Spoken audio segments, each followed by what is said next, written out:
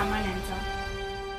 कालपासून नाशिक जिल्ह्यात पावसाची संततधार सुरू असल्यामुळे जिल्ह्यात सर्वत्र पावसाचा जोर सुरू राहिला।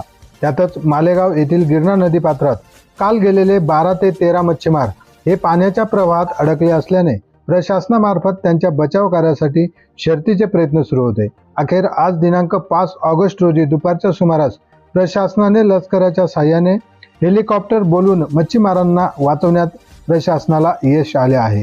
लष्कराने अडकलेल्या सर्व मच्छीमारांना सुरक्षित स्थळी बाहेर काढले आहे।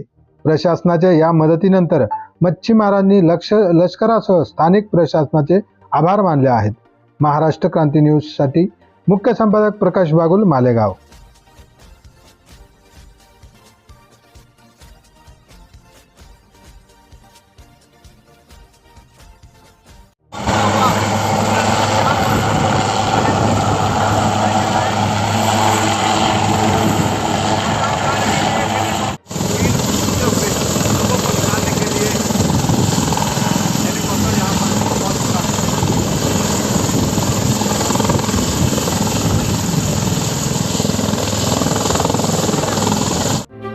अशाच नवनवीन बातम्या पाहण्यासाठी आमच्या महाराष्ट्र क्रांती न्यूज या YouTube चॅनलला लाईक करा, सबस्क्राईब करा आणि बेल आयकॉनला प्रेस करा।